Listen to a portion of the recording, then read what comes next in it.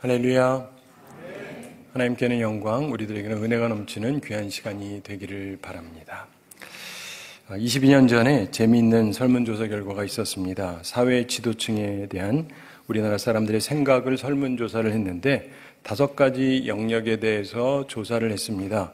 도덕성, 신뢰도, 사회 기여도, 전문성, 그리고 영향력 조사했는데 사회 지도층으로 종교인, 교육자, 언론인, 법조인, 경제인, 고위공직자, 정치인 이렇게 평가 조사를 해봤습니다. 그런데 정치인은 도덕성에서 최하위, 신뢰도에서 최하위, 사회적 기여도에서 최하위, 전문성에서도 최하위였습니다.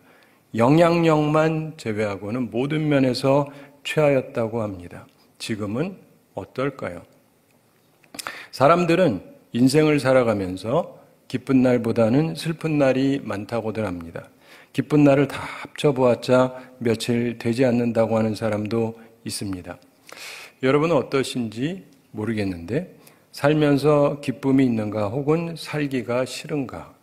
사랑하는 성도 여러분, 혹시 살기 싫어서 자살하고 싶은 충동을 느껴보신 적이 있는지 모르겠는데 대체로 살면서 한두 번쯤은 누구나 자살할 생각을 한다고 그럽니다. 근데 왜 그렇겠습니까?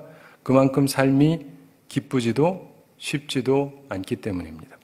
그런데 자살 생각하는 것하고 자살 시도하는 것은 다릅니다. 여기 시도했던 분도 계실 수 있는데 그리고 자살을 시도해보는 것하고 자살에 성공하는 것은 또 다릅니다. 여기 성공한 분은 아무도 없죠? 그럼 여기 살아있지 않을 테니까. 네. 자, 근데 남성이 더 많이 자살해서 죽을 것 같습니까? 여성이 더 많이 자살해서 죽을 것 같습니까? 전 세계적으로 보면은 거의 예외 없이 항상 남성 자살률이 높다고 그럽니다. 그런데 20여 년 전에 유일하게 예외인 나라가 있었습니다. 바로 우리 옆에 있는 중국입니다. 중국 사람들 하면 만만디해가지고 성격이 느긋한 것으로 알고 있는데 그런데 20여 년 전에 중국 사람들은 1년에 자살해 죽는 사람이 자그마치 30만 명이었다 그래요. 하남시 전체가 죽었다고 생각해 보세요. 엄청난 거거든요. 특별히 전 세계 여성 자살자 중에 55.8%가 중국 여성이었다 그럽니다. 그러니까 중국 여성들이 굉장히 많이 자살해서 죽었다는 겁니다. 특별히 당시 중국에서 15세부터 34세까지 중국 청장년의 최대 사망 원인이 자살이었습니다. 그런데 시간이 흐르면서 자살률이 점점 줄어들었어요. 많이 줄어들었거든요. 그 이유가 뭐냐 했더니 도시화에 있답니다. 대부분의 시골에 사는 아가씨들이 그 삶이 너무 안 좋아서 비관하고 죽은 사람들이 많았는데 도시 발전하면서 도시로 많이 유입되어 오고 그러면서 자살자가 많이 줄었답니다. 그럼 우리도 그러면 되느냐? 아니죠. 우린 이미 도시화가 많이 됐고 자살률은 세계 1위입니다. 부동의 1위. 이유가 뭡니까? 지나친 도시화예요. 도시화가 나쁜 건 아니지만 지나친 도시화로 치열한 경쟁 사회가 되면서 열등감과 절망감으로 자살을 하는 것입니다. 우리나라는 경쟁 엄청난 거 아시죠? 싸우고 지금도 그러잖아요. 맨날 그러고 있어요. 오늘은 강림절, 대강절 3번째 주일입니다. 예수님께서 이 세상에 오셔서 우리에게 평화를 주시고 소망을 주셨다고 지난 2주간에 거쳐서 말씀 나눴습니다. 오늘은 3번째로 예수님께서 이 세상에 오셔서 주시는 의미, 기쁨에 대해서 생각해 보겠습니다.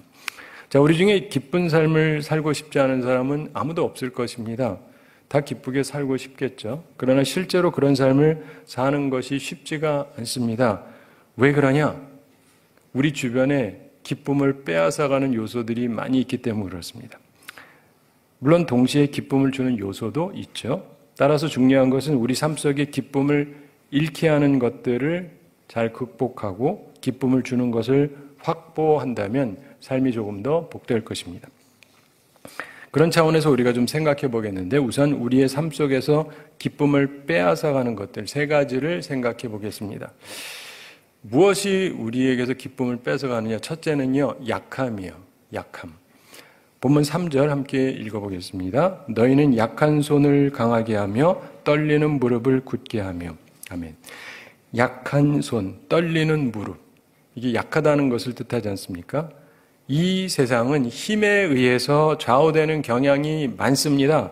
약육강식의 동물적인 원리가 지배적인 경우가 많습니다. 그래서 약하면 괴롭힘 당하고 억압을 당하고 그러니까 기쁨을 쉽게 빼앗깁니다. 오늘 본문에 나오는 배경도 그렇습니다. 이스라엘이 강한 나라에 의해서 주권을 빼앗겼습니다. 물론 하나님의 섭리에 의한 것이지만 그들은 분명히 주변 국가에 비해서 국력이 약했습니다. 결국 침략당하고 포로로 끌려갔습니다. 약하면 기쁨의 삶을 살기가 어렵습니다. 두 번째로 두려움이 우리의 기쁨을 빼앗아갑니다. 본문 4절 함께 읽어보겠습니다. 겁내는 자들에게 이르기를 굳세어라 두려워하지 말라 보라 너희 하나님이 오사 보복하시며 갚아주실 것이라 하나님이 오사 너희를 구하시리라 하라. 아멘. 겁내는 자들에게 두려워하지 말라고 말씀하십니다. 우리는 두려움이 닥칠 때 기쁨을 자연스럽게 잃게 됩니다. 세상에 있는 여러 가지 우리를 해할 수 있는 힘들에 의해서 두려움이 우리의 기쁨을 빼앗아갑니다. 대체로 강한 동물들은요 편하게 누워서 잡니다. 근데 초식 동물들은요 자는 모습도 항상 약간의 경계를 갖춘 자세로 잠을 잡니다. 두려움 때문에 그런 것입니다. 세 번째로 불완전이 우리의 기쁨을 빼앗아갑니다. 본문 5절 함께 읽어보겠습니다. 그때 맹인의 눈이 밝을 것이며 못 듣는 사람의 귀가 열릴 것이며 그러면서 6절 초반에서 그때 저는 자는 사슴같이 뛸 것이며 말 못하는 자의 혀는 노래하리니 이런 말씀을 하죠. 이것은 불완전한 모습을 표현하는 것입니다. 때로는 신체적인 면에서 불완전한 모습이 있습니다. 맹인이어서 눈이 보이지 않거나 귀가 들리지 않거나 말을 할 수 없는 장애자라면 상대적으로 기쁨이 줄어들 것입니다. 그리고 또한 눈이 있다 할지라도 세상을 향해서 삐뚤어진 시각을 가지고 있으면 기쁨이 없습니다. 귀가 있어서 들리기는 하는데 항상 나쁜 소리에 귀를 기울이면 기쁨이 있을 수가 없습니다. 입이 있지만 하고 싶은 말을 못해서 답답하기도 하고 또는 말을 해도 제대로 이해되어지지 않으면 기쁨이 있을 수가 없는 것입니다. 불완전하기 때문에 우리에게 기쁨이 없습니다. 예전에 미국에서 어떤 사람이 개를 기르고 있었습니다. 근데 하루는 저녁에 집에 들어왔더니 문 앞에서 자기 개가 뭘 입에 씹고 있더랍니다. 그래서 뭔가 하고 봤더니 토끼를 물고 있는 거예요. 이 사람이 옆집 사람이 애완용으로 토끼를 키우고 있는데 그 토끼인 것 같아요. 그래서 기겁을 해가지고 토끼를 빼앗아가지고 봤더니 이미 죽었습니다. 미국에서는 애완동물 죽이면 큰일이거든요. 어떻게 해야 될지 고민하다가 물로 잘 씻어가지고 향수를 뿌려가지고 옆집에 갔습니다. 옆집이 밖에다가 토끼장을 갖고 있었는데 토끼장을 보니까 역시 토끼가 없어요. 분명히 그 집 토끼 맞습니다. 그래서 몰래 그 토끼장에다가 죽은 토끼를 넣고 돌아왔습니다. 근데 그 다음날 옆집 사람을 만나서 인사를 했는데 그 옆집 사람 표정이 굉장히 이상해요. 그래서 왜 그러냐 그랬더니 이상한 일이 생겼다는 거예요. 그래서 무슨 일이냐 그랬더니 그 사람이 토끼 이야기를 하더랍니다. 예상대로. 근데 전혀 딴 얘기를 해요. 자기 집 토끼가 죽었답니다. 어젯밤이 아니라 사흘 전에. 그래서 그걸 땅에 묻었대요. 근데 그 토끼가 어젯밤에 다시 토끼장에 있더라는 거예요. 그러니까 기겁할 만하죠. 좀 우스꽝스러운 일입니다만은 이미 죽은 토끼를 개가 물고 있는 것이었다는 걸 알았다면 그렇게 걱정하지 않았을 텐데 제대로 파악을 못해서 불완전한 깨달음 때문에 이웃 사람이 두려워서 오히려 이상한 일을 벌였던 것입니다. 이처럼 우리는 불완전하기 때문에 기쁨을 유지하기가 어렵습니다. 그런데 우리의 삶에 기쁨을 주는 요소가 있습니다. 우리에게 필요한 것입니다. 첫째가 뭐냐면요. 강하게 되는 것입니다. 강하게 되는 것. 3절에서 말씀합니다. 너희는 약한 손을 강하게 하며 떨리는 무릎을 굳게 하며 이 말은 남을 억누르는 사람이 되라는 뜻은 아닙니다. 강해서 남의 힘을 두려워하지 않게 되는 것을 말합니다. 아는 것이 힘이다 이런 말도 있죠. 공부를 하는데 자신의 힘을, 지식의 힘을 자기가 얻게 되면 좋은 대학 합격의 기쁨을 누릴 수 있을 것입니다. 경제적인 힘을 가지면 원하는 것을 사면서 소유의 기쁨을 누릴 수 있을 것입니다. 좋은 가정을 가지면 행복의 기쁨을 얻을 수 있습니다. 훌륭한 자녀를 가지는 것도 힘이 되어서 자랑스러운 기쁨을 갖게 됩니다. 한 국가가 국력이 강해지면 남의 지배와 통치를 받지 않기 때문에 억눌리는 서러움에서 해방되고 자유의 기쁨을 얻게 됩니다. 남의 지배를 받다가 해방이 되는 그런 나라의 기쁨을 우리는 잘 압니다. 우리도 8.15 해방을 맞았을 때 그 기쁨이 대단했습니다. 약간의 아쉬움은 우리가 강해져서 얻은 독립이 아니라는 것이죠. 남이 나의 행복과 자유와 인권을 짓밟을 수 없는 힘을 갖는다는 것은 기쁜 일입니다. 잘 아시겠지만 우리나라는 굉장히 강력해진 것 같지만 여전히 아직 자력으로 국방 방어가 안 됩니다. 그러니까 더 강해져야 합니다. 무엇보다 힘이 필요한 이유는 사실상 한 가지 이유 때문이에요. 그게 뭐냐? 세상이 선하잖아요? 그럼 힘이 필요가 없습니다. 불이익을 당할 이유가 없기 때문입니다. 그러나 세상은 악해요. 그래서 강하지 않으면 불이익 당하고 기쁨을 잃게 됩니다. 이것이 주님께서 주의 백성들에게 힘을 주시려고 하는 이유인 것입니다. 강해지면서 얻는 기쁨, 그것은 강하되 선한 경우에만 해당이 된다는 걸 우리가 또한 기억을 해야 됩니다. 힘이 생겼다고 해서 남을 억누르면 안 됩니다. 예수님 안에서 강하게 됨으로 기쁨을 누린다는 것은 특별히 악이 성행하는 세상에서 그 악을 이기는 힘이 생겨서 악을 두려워하지 않게 되는 것을 말합니다. 주님 안에서 주님께서 주시는 힘으로 강하게 되시기를 바랍니다.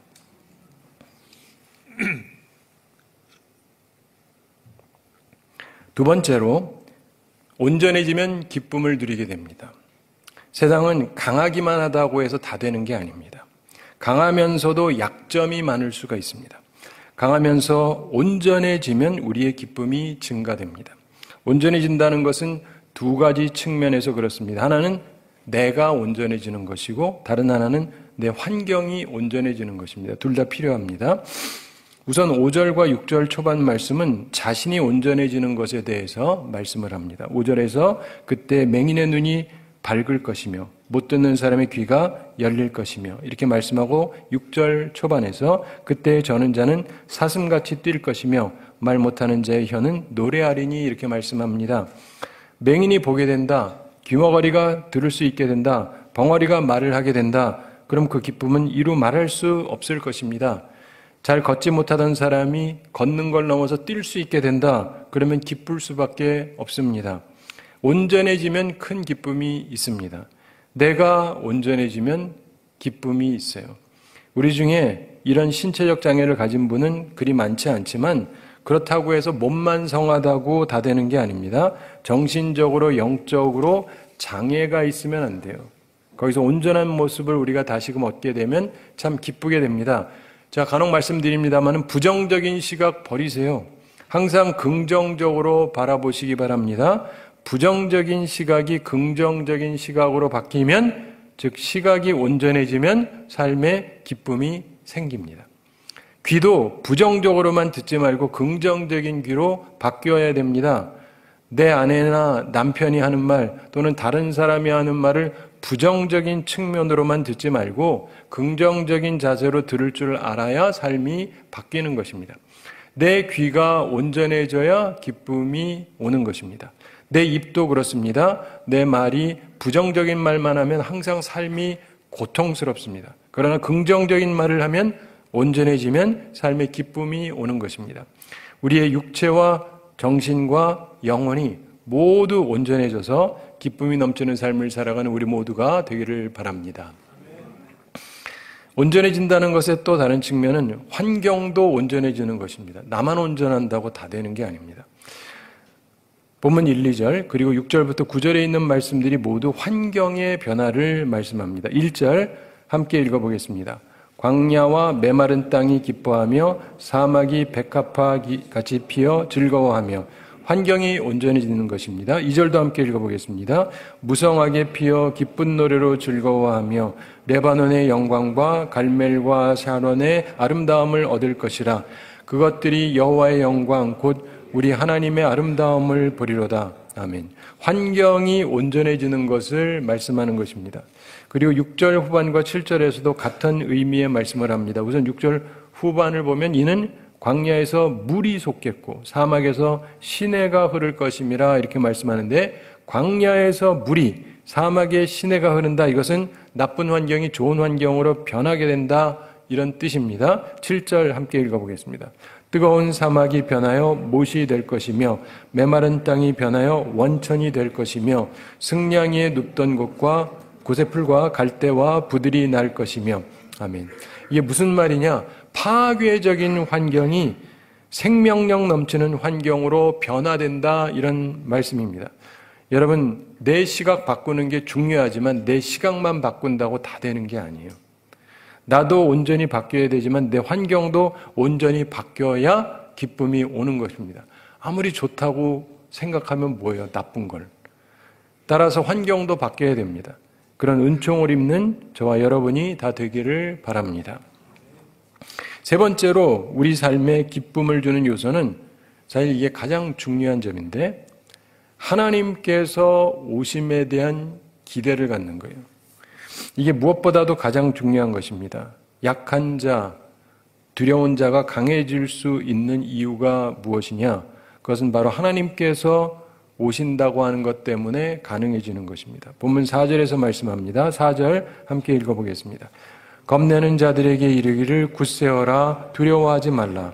보라, 너희 하나님이 오사 보복하시며 갚아주실 것이라. 하나님이 오사 너희를 구하시리라 하라. 아멘. 하나님께서 오신다는 것입니다. 하나님께서 오셔서 구하실 것이라고 하는 소망을 말씀합니다. 온전해지는 것도 마찬가지인데요.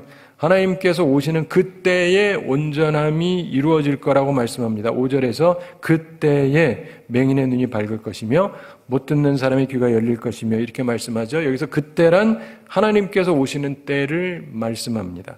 6절 초반에서도 그때에 저는 자는 사슴같이 뛸 것이며 말 못하는 자의 혀는 노래하리니 이렇게 말씀하는데, 역시 그때란 하나님께서 오시는 때를 말씀합니다. 우리가 힘을 얻고 우리가 온전케 되는 것은 바로 하나님께서 오시는 때에 이루어지는 것입니다. 하나님의 아들 예수 그리스도께서 세상에 오심으로 우리는 기쁨을 누리게 되었습니다. 예수님을 영접함으로 우리는 참된 기쁨을 누릴 수 있습니다. 우리가 약한 자에서 강한 자로 바뀌고, 우리가 불완전한 자에서 온전하게 되어지고, 그리고 우리의 환경이 나쁜 환경에서 좋은 환경으로 온전케 되는 것, 이것은 하나님께서 우리와 함께 하실 때만 이루어지는 것입니다. 결국 이 말은 이사야 시대의 사람들에게는 메시아의 강림에 대한 소망을 이야기하는 것이었습니다. 그리고 현대를 사는 우리에게는 예수님 재림에 대한 소망을 바라보라는 말씀이라고 할 수 있습니다. 항상 성령 안에서 행하며 주님의 재림을 기대하는 가운데 기쁨을 누리는 우리 모두가 되기를 바랍니다. 자, 그런데 하나님께서 오시면 대로, 즉 큰 길이 있을 거라고 말씀합니다. 거룩한 길이라고 일컬어질 거라고 8절 초반에서 말씀합니다. 8절 함께 읽어보겠습니다. 거기에 대로가 있어 그 길을 거룩한 길이라 일컫는 바 되리니 깨끗하지 못한 자는 지나가지 못하겠고 오직 구속함을 입은 자들을 위하여 있게 될 것이라. 우매한 행위는 그 길로 다니지 못할 것이며. 아멘. 대로, 큰 길이 있을 것이다. 거룩한 길이라고 부르게 될 것이라고 말씀합니다. 이 길은 포로의 삶에서 해방되어 가나안 약속의 땅으로 돌아가는 길입니다. 과거에 모세와 함께 애굽을 탈출해서 가나안에 가던 때처럼 이제 두 번째 해방을 맞아서 약속의 땅으로 가는 길이 있을 것이라고 말씀합니다. 우리에게는 영원한 천국을 향해 가는 길이라고 할 수 있습니다. 해방의 기쁨을 말씀합니다. 이제 자유함이 있다. 이제 자유할 수 있는 기쁨이 있습니다. 자, 기쁨의 길을 가게 될 때 빠질 수 없는 한 가지 중요한 표가 있습니다.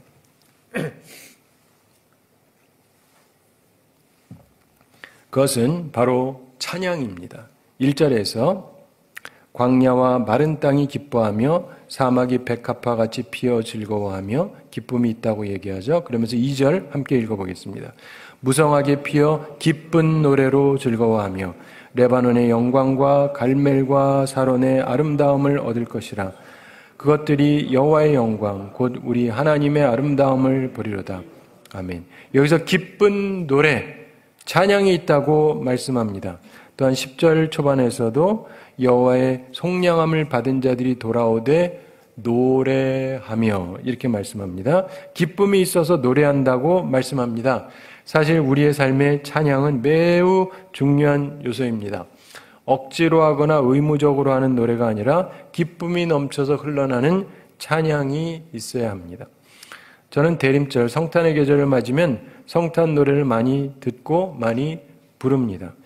살면서 노래가 싫어지고 음악이 싫어지신다면 삶이 정말 고달프다고 하는 증거입니다. 반대로 노래가 좋아지고 찬양이 즐거워지면 삶의 기쁨이 넘치기 시작합니다. 특별히 즐거운 노래가 중요합니다. 바라기는 우리 모두의 삶 속에 기쁨의 표인 찬양이 넘치는 삶을 살게 되기를 바랍니다. 자, 그런데 우리가 진정한 기쁨의 삶을 그 다음에도 계속 유지하려면 주의해야 될 게 몇 가지가 있습니다. 8절과 9절에 나오는데 거룩한 길에는 깨끗하지 못한 자는 지나지 못할 거라고 말씀하고 우매한 행인도 들어올 수 없다고 말씀합니다. 더 나아가 사자가 없고 사나운 짐승이 없을 거다 이런 말씀을 해요. 우리는 이 말씀을 생각하면서 스스로 조심해야 됩니다. 기쁨의 길, 진정한 기쁨이 넘치는 길을 걸어가려면 이런 것들을 항상 조심해야 됩니다. 우선 첫째로 더러움이 있으면 안 돼요. 더러움이 있으면 기쁨의 길을 걸을 수 없습니다.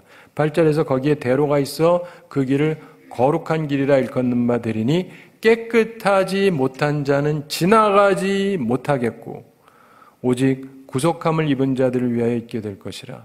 우매한 행위는 그 길로 다니지 못할 것이며 이렇게 말씀하죠.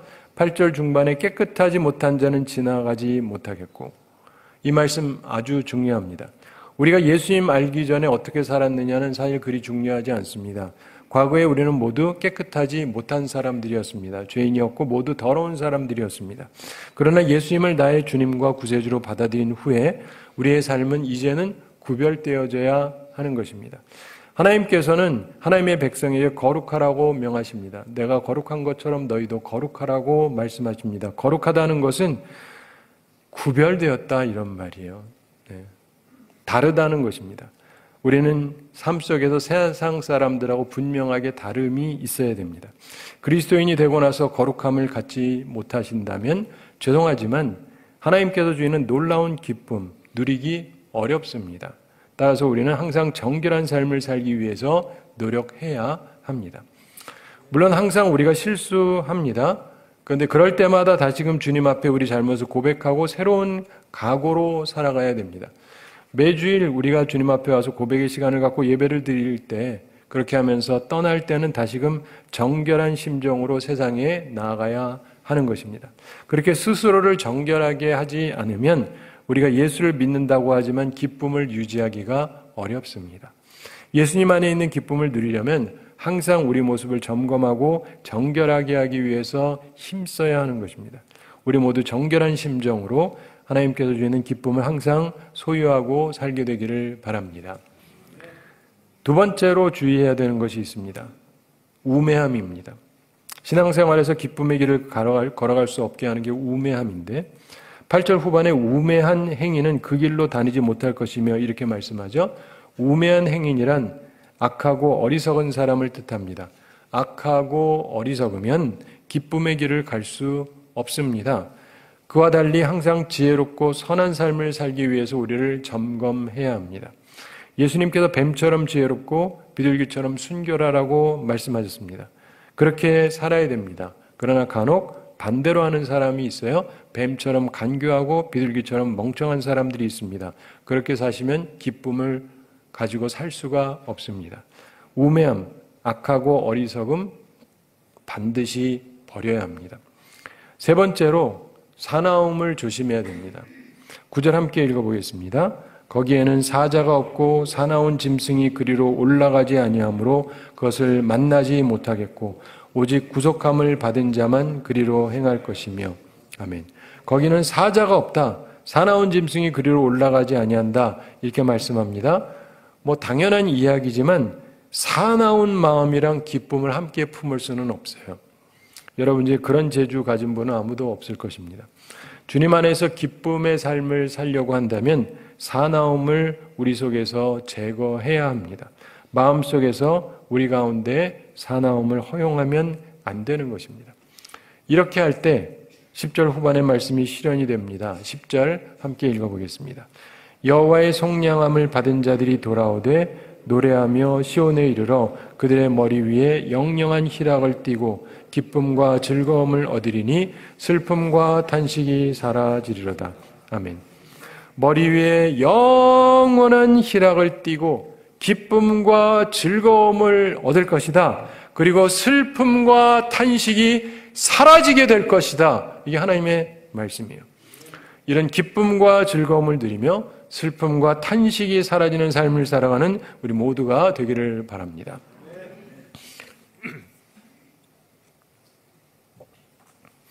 한 가지 이야기 말씀드리면서 오늘 말씀을 마치겠습니다. 어떤 목사님께서 젊은 시절에 겪었던 이야기입니다. 이분이 잠을 자다가 깨는 법이 없는 사람이었는데 그런데 그날따라 깊은 밤에 잠에서 깨어났습니다. 잠시 볼일 보고 누웠는데 갑자기 온몸이 떨리기를 시작합니다. 머리끝부터 발끝까지 온몸이 크게 떨리기를 시작을 해요. 아니 내 몸이 왜 이러나 싶은데 갑자기 눈물이 나기를 시작을 합니다. 그러면서 갑자기 울기 시작해요. 근데 슬픈 일도 없고 울 생각도 없는데 그냥 울고 있어요. 온몸이 떨리면서 눈물이 납니다.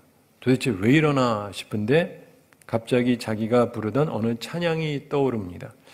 그것은 예수님께서 십자가 달리실 때 밑에서 지키던 백부장, 그가 부르던 노래로 교회에서 부르던 노래였는데 그러나 그리스도는 날 용서하셨네. 이런 내용이었습니다.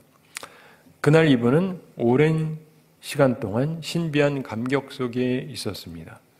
그분은 그날 밤 놀라운 기쁨을 얻었습니다. 아, 주님은 나를 용서하시는 분이구나 라는 걸 깨달은 거예요. 항상 들어서 지식으로는 알고 있었는데 온 몸으로 영혼으로 느꼈던 것입니다. 그것은 하나님께서, 예수님께서, 성령님께서 함께 하실 때 얻게 되는 놀라운 기쁨이었습니다. 사랑하는 성도 여러분, 예수님으로 인한 기쁨 반드시 소유하시게 되기를 바랍니다. 세상은 줄 수 없지만 주님만이 줄 수 있는 기쁨이 있습니다. 이 성탄의 계절을 지내면서 주님께서 주시는 신비한 하늘의 기쁨을 충만히 누리는 우리 모두가 되기를 우리 주님의 이름으로 축원합니다. 우리 함께 기도하겠습니다. 사랑의 하나님 아버지, 우리를 사랑하시고 오늘도 저희에게 귀한 말씀 주심을 감사드립니다. 우리가 죄인이지만 우리를 위해 이 땅에 오시고 우리를 용서하신 주님의 그 사랑, 그렇기 때문에 우리가 얻게 되는 기쁨, 우리 마음에 새기게 해주시고 주님께서 주시는 기쁨을 우리 모두가 체험하며 살아가게 하여 주시옵소서. 우리 한 사람 한 사람 심령 가운데 찾아와 주시고 슬픔이 많고 고통이 많고 절망이 많은 이 세상에서 주님만이 주시는 참된 기쁨, 영원한 기쁨, 영원한 행복을 누리며 살아가는 저희들 다 되게 하여 주시옵소서. 감사드리며 예수님의 이름으로 기도드리옵나이다. 아멘.